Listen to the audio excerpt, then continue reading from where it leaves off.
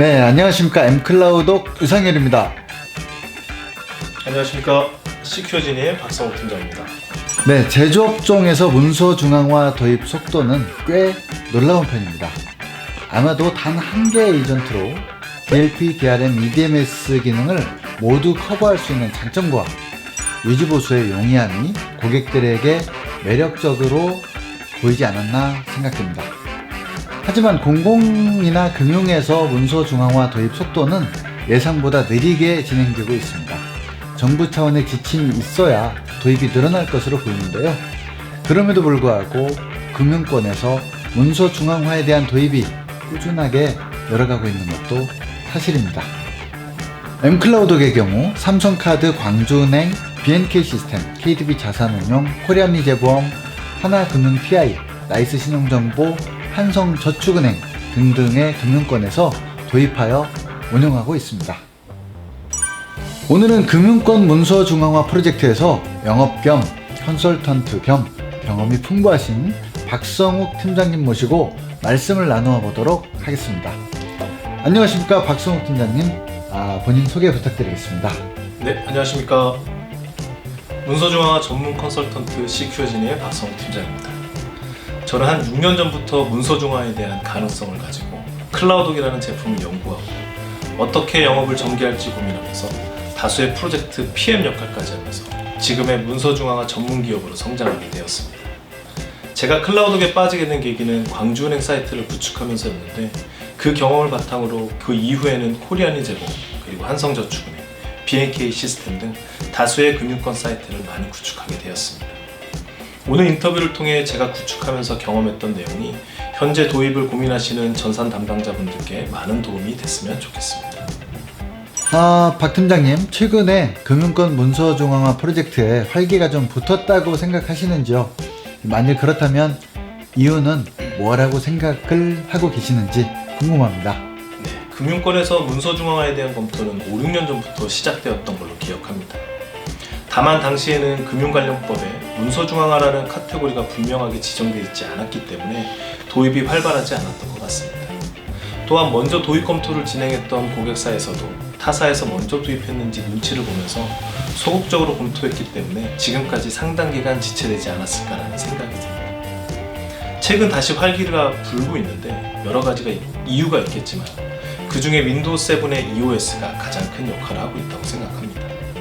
최근 도입된 고객사를 보면 EOS 시기와 맞물려서 보유 중인 DRM을 업그레이드를 할지를 고민하시다가 DRM에 대한 대안으로 문서 중앙화를 도입하는 경우가 있었습니다. 클라우독의 장점인 OS 호환성에 대한 보장, 국정원 인증에 득한 암호화 모듈, 퇴사자에 대한 데이터 유실 등에 대한 대응, 보안 파일 서버의 역할 등 이러한 다양한 장점이 금융권에서도 각광받는 이유라고 생각합니다. 네, 그렇군요. 저는 윈도우의 서비스 종료가 문서 중앙화 도입으로 까지 이루어질 거라는 생각을 한 번도 해본 적이 없었습니다. 진행해보신 금융권의 실제 문서 중앙화 사례를 들어서 다른 어떤 구체적인 활용 방법들을 소개해 주실 수 있을까요? 네, 먼저 2015년도에 구축한 광주은행의 경우 당시 차세대 시스템 프로젝트의 산출물을 보완하고자 도입되었습니다. SI 업체 개발자분들이 광주은행에 상주하면서 프로젝트의 모든 산출물을 보안 서버에서 직접 생산하였습니다. 또한 공동 편집 등과 같이 프로젝트를 관리할 수 있는 공유 협업 툴로 잘 구축된 사례입니다. 차세대 프로젝트가 종료된 이후에도 후속 프로젝트의 산출물을 관리하는 솔루션으로 자리 잡았습니다. 일부 본사 부서에서는 현업의 문서 관리를 위한 목적으로 사용하고 있습니다. 한성저축은행의 경우 독특하게도 망분리 환경에서 내부망 PC 그리고 외부망 PC 모두에서 문서 중앙화를 구축한 사례입니다. 양쪽 망에서 로컬의 문서를 저장하지 못하고 서버 내의 암호화 영역에서만 저장하는 강력한 보안 정책을 적용한 사례입니다. 또한 망간자료 솔루션과의 어떤 연동을 통해서 암호화된 영역 내에서 파일 교환이 이루어지도록 했습니다. 중요한 구축 포인트로 타 솔루션과 연동을 진행하면서 어떤 별도의 커스터마이징 없이 보안홀이 발생하지 않게 잘 구축한 사이트였습니다.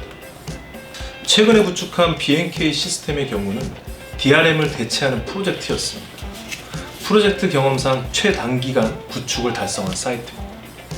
문서 중앙화 로컬 저장 금지, 개인정보에 대한 검출, 검색 엔진 등 보안과 협업을 위한 최적의 구성으로 약 한 달 안에 성공적으로 구축했던 사이트입니다.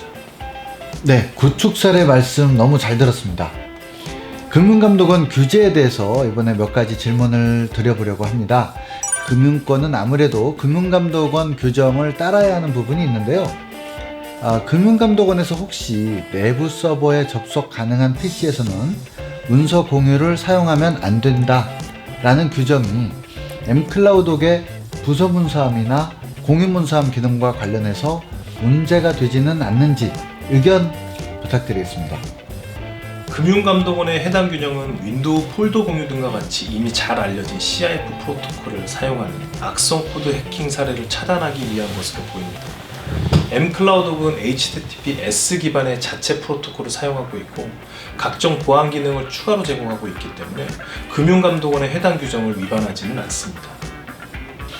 네, 그러면 금융감독원 규정 또 한 가지 질문 드리겠습니다. 이 중앙화된 문서를 망연계 솔루션을 통해서 서로 다른 망 간에 전달하는 경우 규정 위반의 소지는 없는지 의견 부탁드리겠습니다. 이 경우에 대한 금융감독원의 규정을 위반할 가능성은 없습니다. 왜냐하면 해당 금감원 규정은 데이터 교환을 스트리밍 방식으로 하는 것에 대한 규정입니다. 저희는 비동기적인 망간 자료 복사 방식을 이용하기 때문에 해당 규정에 의한 보안성 위반은 없습니다. 네, 그렇군요. 그러면 진행하셨던 금융 관련 문서 중앙화 프로젝트 중에서 재미있는 아니면 특별히 기억에 남는 그런 사례가 있다면 소개 부탁드리겠습니다. 제가 가장 애착을 가지고 구축한 사이트는 코리안인 제보입니다.